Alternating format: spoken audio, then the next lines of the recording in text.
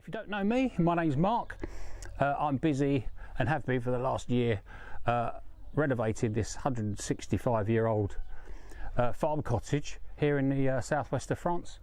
And I've got this area outside the back of the house which I had to do something with. And last year, this area here got absolutely scorching. The weather was absolutely incredible during the summer, temperatures over 40 degrees.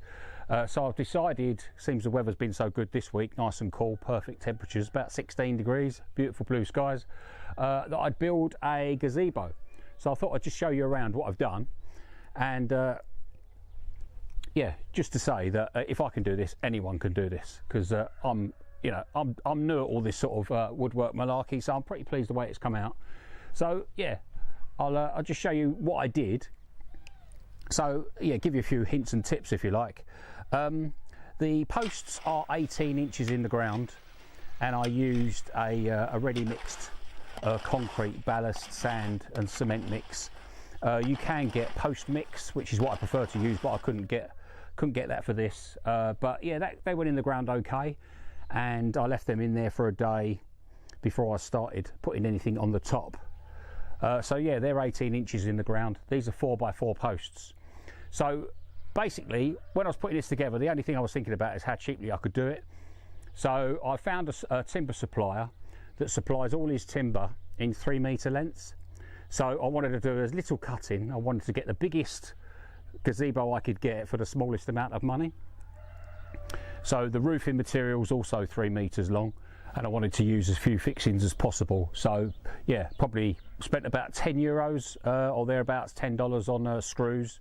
So yeah, I've made some notes about how much everything cost. I'll put that down in the description, and I'll tell you in a second as well. So what I've seen most people do is basically screw timbers across to the posts. So what I thought I'd do instead, because I had a little practice on a shelter before, I actually cut these timbers, these posts, an angle at the top. I found the angle I wanted. I just guessed really from the tallest point sloping down, probably slopes down about 4 or 6 inches, just enough to get the water off the roof. And I put a timber across, drew some lines, and yeah, basically these cuts here, I just cut to the angle that was created by the timber that I put on the posts. So really, really simple. So all the weight, so rather than having all the weight of the roof on screws, the actual weight of the roof actually sits directly on the post itself. So this is probably stronger. Not that the roof weighs a huge amount, but yeah, it just seemed a really sensible way of doing it actually. As much as, you know, other people's pergolas and gazebos don't seem to fall down. Yeah, that just seemed an easy way for me to do it. Once the posts were cut, there was no other cutting to do. All I had to do was put this cross beam here, which is 4x2.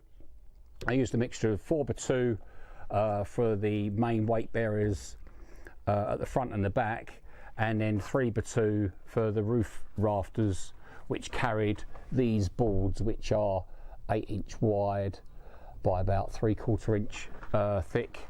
And I was originally going to run boards all the way, so it would have been solid boards all the way through.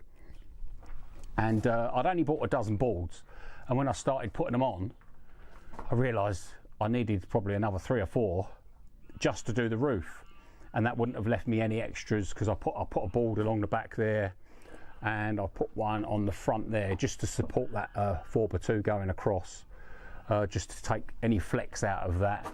And I used a couple of little bits and pieces of this board I just put a cover on the top of that post there, just to cover up those joins, just to make it a little bit neater really. Yeah, so one tip, when you're digging the holes, that's the time to be really careful. You want the holes, or you want the 4 holes, they need to be square. They need to be 90 degrees between each post. I know that sounds obvious.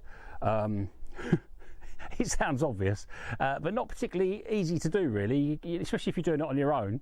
You walk around with a tape measure, you go, oh yeah, pole there, pole there, pole there, pole there, and when you come to dig it, you think, hang on, that's not quite right. So yeah, I did loads of double checking, and I ended up even then I ended up with that post at the back there being slightly out.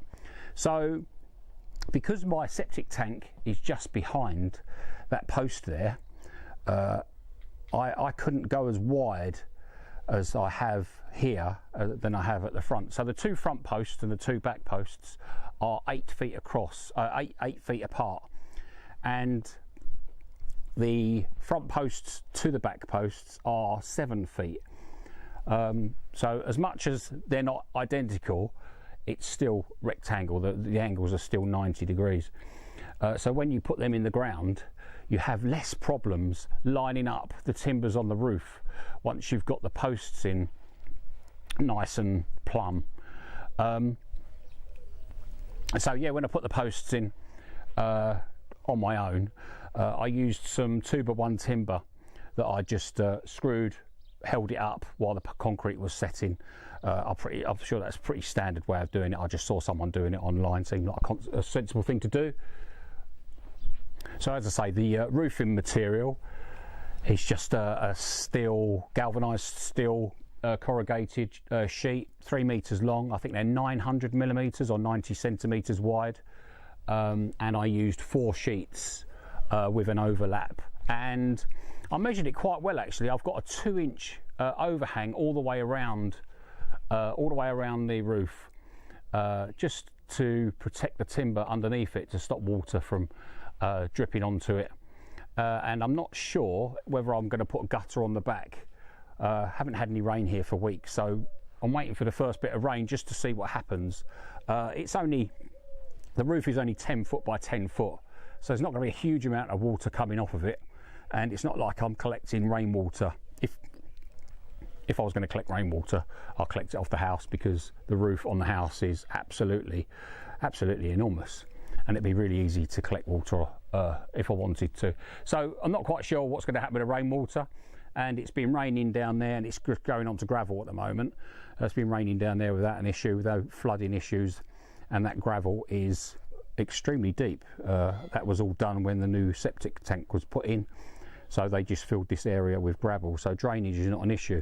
I think if your drainage is an issue, then yeah, definitely put some gutter on the back. I have actually built it to put gutter on the back, and as I say, there's about a 2-inch overhang there, so the brackets would screw neatly onto a fascia board that I'd just put on the ends of those timbers.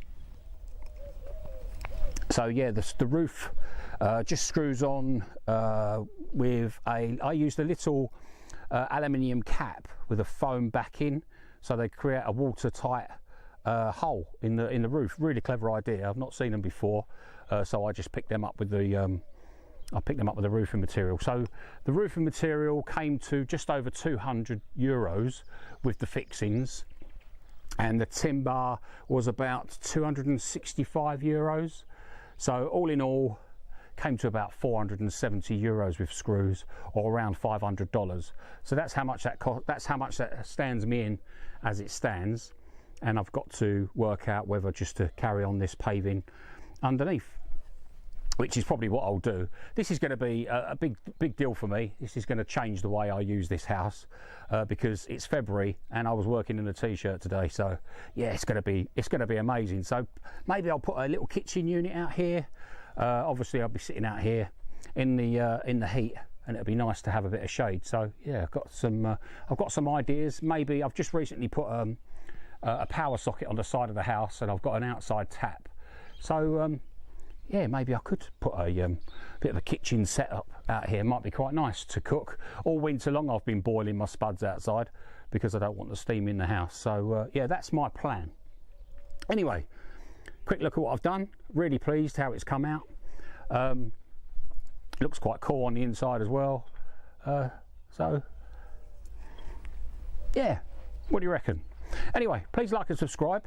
Loads more videos to come. See you soon.